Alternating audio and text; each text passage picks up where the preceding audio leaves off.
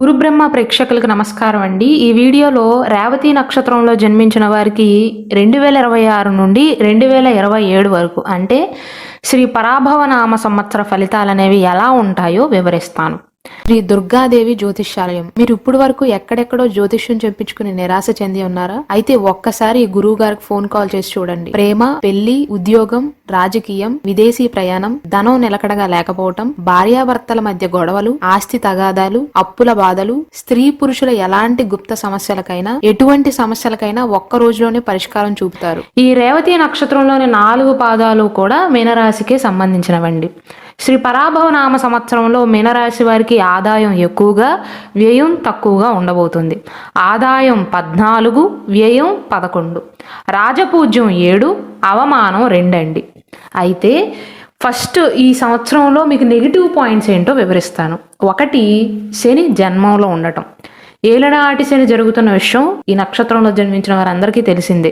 దాని వలన మీరు ముఖ్యమైనటువంటి పనులు ఏవైతే మొదలు పెడతారో అందులో చిన్న చిన్న ఆటంకాలు వచ్చే అవకాశాలు ఉంటాయి. అంటే శని మీ పేషెన్స్ని టెస్ట్ చేస్తాడు, మీ ఓపికకు పరీక్ష అన్నట్లుగా ఉంటుంది. అయినప్పటికీ కూడా ఆదాయపరంగా, రాజపూజ్య పరంగా అనుకూలంగా ఉంటుంది.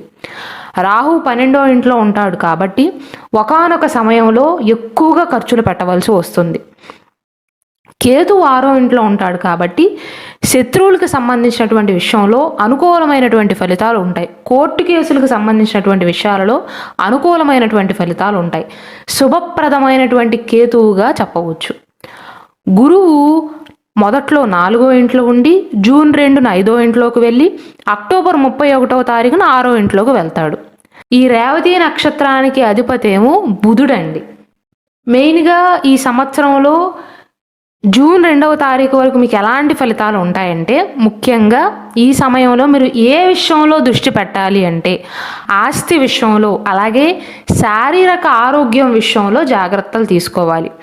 గృహ విషయంలోనూ మానసిక ఆరోగ్యం విషయంలో అనుకూలంగానే ఉంటుంది. అయితే రాహు 12వ ఇంట్లో ఉండటం వల్ల ఎవరైతే విదేశాలకు వెళ్ళే ప్రయత్నాలు చేస్తున్నారో, విదేశాలలో చదువుకోవటానికి కానీ, విదేశాల్లో ఉద్యోగం చేయటానికి కానీ, విదేశంలో స్థిర నివాస ప్రయత్నాలు చేస్తున్నారో వారికి అనుకూలంగా ఉంటుంది. ఎప్పటి వరకు అంటే డిసెంబర్ వరకు అనుకూలంగానే ఉంటుంది. అయితే ఏలినాటి శని వల్ల ముఖ్యమైనటువంటి పనులలో అయితే ఆటంకాలు తప్పవు. జన్మంలో శని, 12వ ఇంట్లో రాహు కారణంగా ఆరోగ్యం విషయంలో దృష్టి పెట్టాలండి. అయితే 4వ ఇంట్లో గురువు ఉన్నాడు కాబట్టి గృహ సౌఖ్యం అనేది బాగుంటుంది. గృహంలో వాతావరణం అనేది బాగుంటుంది. మీ నక్షత్రాధిపతి బుధుడు. బుధుడిని జ్యోతిష శాస్త్రం ప్రకారం బుద్ధికారకుడు అంటారు. అందుకే ఈ నక్షత్రంలో జన్మించిన వారికి కమ్యూనికేషన్ స్కిల్స్ అనేవి బాగుంటాయండి. 4వ ఇంట్లో గురువు ఉన్న కారణంగా విద్యాపరంగా, జ్ఞానం విషయంలోనూ అనుకూలమైనటువంటి ఫలితాలు ఉంటాయి. పరిశోధన రంగంలో చదువుతున్న వారికి కానీ రహస్య విషయాలపైన ఆసక్తి అనేది వీరికి ఎక్కువగా పెరుగుతుందండి. విద్యాపరంగా జూన్ 2వ తారీఖు వరకు 60% అనుకూలమైనటువంటి ఫలితాలను చూస్తారు. అయితే రాహు 12వ ఇంట్లో ఉన్నాడు కాబట్టి వివాహ ప్రయత్నాలు ఆలస్యం అవుతాయి. ఏకాంతాన్ని కోరుకుంటారండి. అంటే ఈ నక్షత్రంలో జన్మించిన వారికి ఇప్పటి వరకు వివాహం కాకపోతే ఏకాంతాన్ని కోరుకునే అవకాశాలు ఉంటాయి. అంటే పెళ్లి తర్వాత చేసుకుందాంలే అనేటువంటి పరిస్థితులు ఏర్పడవచ్చు. ఒక మాటలో ఈ సంవత్సర ఫలితాలు చెప్పాలి అంటే ఏలినాటి శని జరుగుతుంది కాబట్టి బాధ్యత అనేది అధికమవుతుంది. రేవతి నక్షత్రంలో జన్మించిన స్త్రీలకైనా పురుషులకైనా సరే జీవితాన్ని పూర్తిగా మార్చుకుంటారండి. అంటే కాస్త ఒత్తిడి అనేది పెరుగుతుంది. ఎవరు మంచివారు, ఎవరు చెడ్డవారు, ఎవరు మీ గురించి నిజంగా ఆలోచిస్తున్నారు, ఎవరు మీ ముందు మంచిగా మాట్లాడి మీ పతనాన్ని కోరుకుంటున్నారో క్లియర్గా అర్థమవుతుంది. అయితే మీరు జాగ్రత్త తీసుకోవాల్సింది ఆదాయం బాగున్నప్పటికీ కూడా వ్యయస్థానంలో రాహు ఉండటం వల్ల అనవసరమైనటువంటి ఖర్చులు పెట్టవద్దు. అలాగే నిద్రలేమి సమస్యలతో బాధపడే అవకాశాలు ఉంటాయి. దూర ప్రయాణాలు చేసే అవకాశాలు ఉంటాయి. విదేశాలకు వెళ్ళే అవకాశాలు ఉంటాయి. అంటే అందరూ విదేశాలకు వెళ్తారని కాదండి. ఎవరైతే విదేశీ ప్రయత్నాలు చేస్తున్నారో వారికి రాహు అనుకూలిస్తున్నాడు. కేతు 6వ ఇంట్లో ఉంటాడు కాబట్టి శత్రువులపైన విజయాన్ని సాధిస్తారు. రుణాల నుండి ఉపశమనం లభిస్తుంది. ఎంతో కొంత మీకుండేటువంటి రుణాలను వడ్డీ అయినా సరే తిరిగి చెల్లించటం జరుగుతుంది. మీకు అనుకూల ఫలితాలు ఎప్పుడు వస్తాయంటే జూన్ 2 నుండి అక్టోబర్ 31వ తారీఖు వరకు అండి. గురువు పంచమ స్థానంలోకి వస్తాడు. మీ రాస్యాధిపతి గురువు 5వ ఇంట్లోకి వస్తాడండి, పుత్రస్థానంలోకి వస్తాడు. కాబట్టి ఆధ్యాత్మికత పెరుగుతుంది, అంటే దేవుడి పైన భక్తి పెరుగుతుంది, మేధో వికాసం పొందుతారు. మీ ఇంటెలిజెన్స్కి కూడా అత్యంత అనుకూలమైనటువంటి సమయంగా చెప్పవచ్చు. అంటే 5వ ఇంట్లో గురువు మీ జ్ఞానాన్ని పెంచుతాడండి. అయితే జన్మంలో శని ఉన్నాడు కాబట్టి కాస్త మానసికంగా ఒత్తిడి అనేది ఉంటుంది, మానసిక ప్రశాంతత అనేది కాస్త తక్కువ అవుతుందండి. ఎవరైతే ఆధ్యాత్మిక జ్ఞానాన్ని పొందాలి అని కోరుకుంటున్నారో వారికి ఇది సరైన సమయంగా చెప్పవచ్చు. పెట్టుబడులు లాభాలను ఇస్తాయి. 11వ ఇంటిపైన గురువు యొక్క దృష్టి ఉంది. 11వ ఇల్లు అనేది లాభస్థానం అవుతుంది. కాబట్టి మీ కోరికలు నెరవేరే అవకాశాలు ఉంటాయి. గతంలో మీరు పెట్టుబడి పెట్టిన వాటికి కానీ లేదా మీ శ్రమకు కానీ తగిన ఫలితం అనేది లభిస్తుంది ఈ సమయంలో. సంతాన యోగానికి కూడా రేవతి నక్షత్రంలో జన్మించిన అమ్మాయిలకైనా అబ్బాయిలకైనా సరే అత్యంత అనుకూలమైనటువంటి సమయంగా చెప్పవచ్చు. ప్రేమ వ్యవహారాలు అనేవి విజయవంతమయ్యే అవకాశాలు ఉంటాయి. అయితే అక్టోబర్ మాసం తర్వాత గురువు రోగస్థానంలోకి వెళ్తాడు కాబట్టి శత్రువుల విషయంలో, ఆరోగ్యం విషయంలో జాగ్రత్తలు తీసుకోవాలి. గతంలో మీరు తీసుకున్నటువంటి లోన్లు కానీ, ఈఎంఐలు కానీ, అప్పులు కానీ ఈ సమయంలో తిరిగి చెల్లించాల్సి రావచ్చు. అంటే లోన్ రీపేమెంట్ అనేది ఈ సమయంలో ఉండే అవకాశాలు ఉంటాయి, అక్టోబర్ 31వ తారీఖు తర్వాత నుండి. 6వ ఇంట్లో గురువు ఉన్నాడు కాబట్టి ఒత్తిడి అనేది కాస్త పెరుగుతుందండి.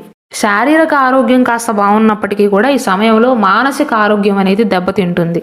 కాబట్టి నిరాశ పెరగకుండా జాగ్రత్త వహించాలి. చట్టపరమైనటువంటి వ్యవహారాల్లో విజయాలు సాధించినప్పటికీ కూడా ఈ సమయంలో శ్రమ అనేది అధికంగా ఉంటుంది, ఎక్కువసార్లు తిరగవలసి వస్తుంది. ఈ సంవత్సరం మొత్తంలో కూడా రేవతి నక్షత్రంలో జన్మించిన వారు ఆరోగ్య విషయంలో ఏ సమయంలో జాగ్రత్తగా ఉండాలి అంటే అక్టోబర్ 31వ తారీఖు తర్వాత నుండి. ఎందుకంటే రోగస్థానం అనేది యాక్టివేట్ అవుతుంది. 12వ ఇంట్లో రాహువు, 6వ ఇంట్లో గురువులు ఉండటం వల్ల ఆరోగ్యానికి సంబంధించినటువంటి చిన్న చిన్న ఖర్చులు పెరిగే అవకాశాలు ఉంటాయి. దానికి తోడు ఈ ఏలినాటి శని, అలాగే ప్రయాణాలకు కూడా ఖర్చులు చేయవలసి వస్తుంది. మీ నక్షత్రాధిపతి బుధుడు కాబట్టి ఈ సంవత్సరంలో ప్రతి బుధవారం నాడు ఆవులకు పచ్చగడ్డి తినిపించటం కానీ, ఆకుకూరలు తినిపించటం వల్ల మీలో జ్ఞానం, మానసిక స్థిరత్వం, ఆర్థిక వృద్ధి లభిస్తాయండి.